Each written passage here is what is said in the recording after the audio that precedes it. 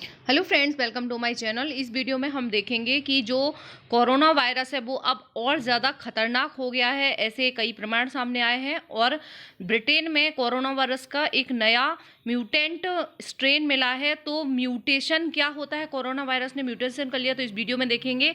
4 से 5 पॉइंट है इंपॉर्टेंट जो डिस्कस करेंगे। म्यूटेशन क्या होता है और ये जो नया वायरस है वो इतना खतरनाक क्यों है, उसमें क्या खतरनाक है, खतरनाक क्या चीज़ है, और पूरे WHO ने क्या गाइडलाइन जारी की है और पूरे विश्व में इसको लेके क्या रिएक्शंस हो रहे हैं और हमारे भारत सरकार का क्या पॉइंट ऑफ व्यू है, तो सभी कुछ डिस्कस करेंगे। चैनल पर नए हैं तो सब्सक्राइब कर लीजिए और बेल आइकन प्रेस कर दीजिए ताकि इसी तरह के करंट अफेयर्स से रिलेटेड वीडियोस आपको मिलते रहें। क्यों खतरनाक है कोरोना वायरस?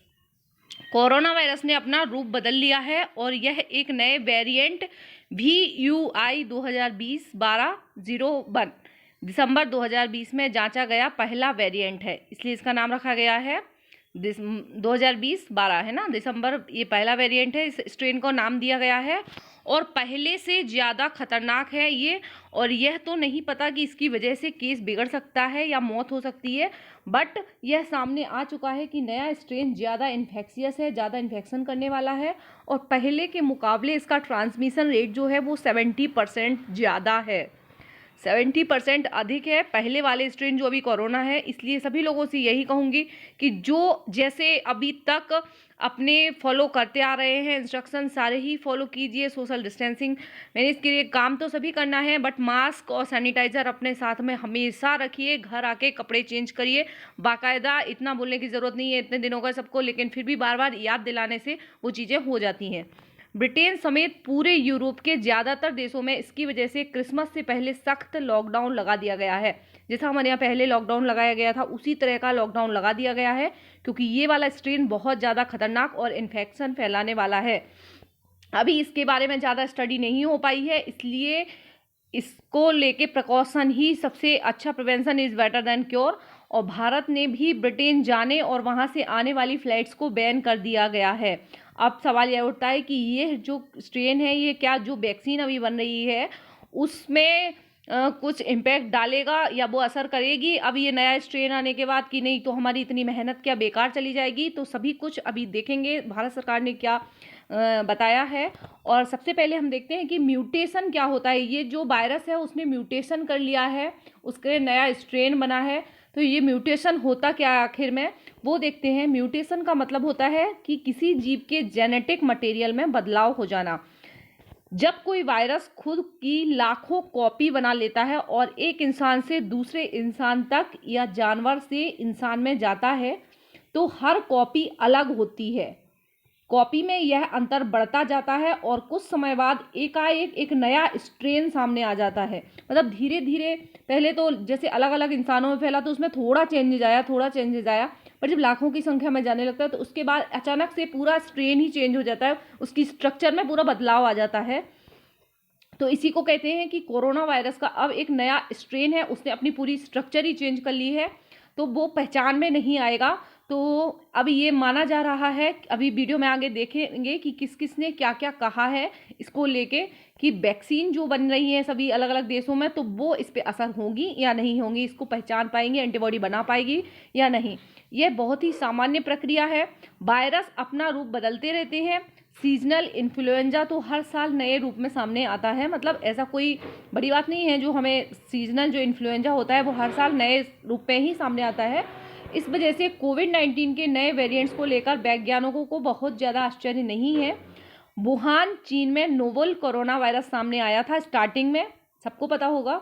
इसने एक साल में 10 लाख से ज़्यादा लोगों की जान ले ली और इस वायरस में कई म्यूटेशन भी हुए हैं। लेकिन अभी जो ब्रिटेन में अभी नया स्वरूप सामने आया है कोरोना वायरस का, तो उसमें खतरनाक क्या है ऐसा। कोरोना वायरस का नया स्ट्रेन जो है वो सबसे पहले यूके के उत्तर पूर्व में केंट काउंटी में सितंबर में आया था। पब्लिक हेल्थ इंग्लैंड की सुजन हॉपकिंस ने कहा कि एजेंसी ने नए स्ट्रेन को गंभीरता का मॉडल बनाकर ब्रिटेन की सरकार को 18 दिसंबर को इसकी सूचना दे दी है। 18 दिसंबर को सूचना दी और अब ये पब्लिक हुआ है कल।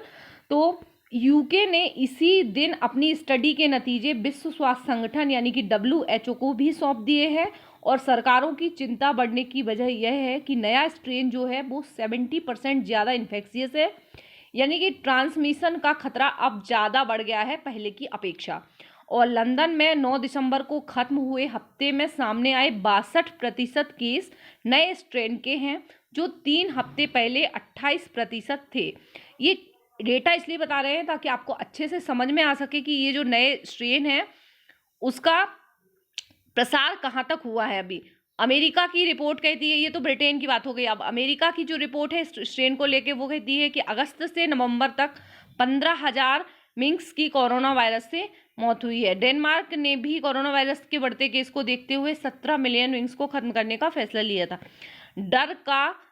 डर ये है कि कोरोना वायरस का यह स्ट्रेन इंसानों में यदि फैला तो वैक्सीन का भविष्य खतरे में पड़ जाएगा क्या। अभी इसको लेके स्टडी हो रही है, अलग अलग देशों की सभी संस्थाएं स्टडी में लगी हुई हैं। और जो कोरोना का नया स्ट्रेन फैलने की खबर है उसके बाद तुर्की ने डेनमार्क, साउथ अफ्रीका और नीदरलैंड से आने वाली फ्लाइट्स रोक दी है और सऊदी अरब ने इंटरनेशनल फ्लाइट्स के साथ ही बॉर्डर भी सील कर दी है। भारत ने क्या किया है अभी देखते हैं।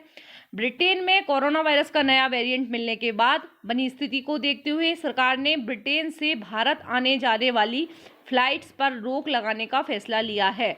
22 दिसंबर यानी कि आज रात 11:59 से 31 दिसंबर तक रात 12 बजे तक ये बैन जो है वो लगेगा। इंटरनेशनल फ्लाइट जो कि कहाँ पे, ब्रिटेन से भारत जाने वाली और आने वाली दोनों ही तरह की फ्लाइट्स पर पूरी तरह से बैन लगा दिया गया है। और जो लोग आज आधी रात से पहले तक ब्रिटेन की फ्लाइट से भारत पहुंचेंगे उनका एयरपोर्ट पर ही RT-PCR टेस्ट किया जाएगा। RT-PCR होगा, एंटीबॉडी टेस्ट नहीं होगा। पूरा RT-PCR जो बड़ी जांच होती है वही वाली किया जाएगा जो लोग आज आएंगे, और आज के बाद नहीं आएंगे। ये पूरी तरह से बैन लगा दिया गया है। और ओमान ने भी 1 हफ्ते के लिए इंटरनेशनल फ्लाइट्स पर रोक लगा दी है। इसके चलते 22 दिसंबर को 1 बजे से अगले 1 हफ्ते तक एयर इंडिया की फ़्लाइट्स ना तो ओमान के लिए जाएगी और ना ही वहाँ से फ़्लाइट्स भारत आएंगी। और इसके साथ ही साथ ये आप देख सकते हैं एयरपोर्ट की, ब्रिटेन में कोरोना वायरस का नया वेरिएंट मिलने के बाद एहतियात बढ़ा दी गई है और एयरपोर्ट पर ब्रिटेन से आने वाली फ्लाइट्स की यात्रियों पर विशेष नज़र रखी जा रही है। और आज केंद्र सरकार ने मंगलवार को कहा है कि ब्रिटेन में मिले कोरोना के नए स्ट्रेन का फिलहाल देश में कोई केस नहीं है, इसलिए घबराने की ज़रूरत नहीं है, टेंशन लेने की ज़रूरत नहीं है। बट हम जो प्रिकॉशंस ले रहे हैं, जो सतर्कता बरत रहे हैं, वही अभी भी बरतना है। ये नहीं है कि वैक्सीन आने वाली है बस सबको लग जाएगी, जब लगेगी एंटीबॉडी बनेंगे तब बात की बात है। बट अभी हमें बहुत और ज़्यादा, पहले से कहीं ज़्यादा प्रिकॉशंस लेना है। जहाँ पे केसेस ज़्यादा आ रहे हैं उस जगह तो खासतौर से ज़्यादा लेना ही है। और फिलहाल सरकार ने कहा है कि अभी देश में एक भी नया स्ट्रेन नहीं मिला है, लेकिन नीति आयोग के डॉक्टर VK पॉल ने बताया कि कोरोना का नया स्ट्रेन जो है वो काफ़ी तेज़ी से फैलता है। इस म्यूटेशन से मामलों की गंभीरता और फर्टिलिटी पर कोई प्रभाव नहीं पड़ेगा। देश में बन रही वैक्सीन को लेकर उन्होंने कहा कि अभी तक हमारे देश दूसरे देशों में बन रही वैक्सीन की क्षमता पर इसका कोई प्रभाव नहीं है और कोरोना वायरस की वैक्सीन की सफलता इस पे कोई असर नेगेटिव नहीं डालेगी। वैक्सीन जो है वो अभी तक की जो स्टडी है वो यही बता रही है और आगे जो भी अपडेट आएगा वो मैं आपके लिए लेके आऊँगी। आप इसके लिए चैनल को सब्सक्राइब करके बेल आइकन प्रेस कर दीजिए ताकि ऑथेंटिक जानकारी रहती है।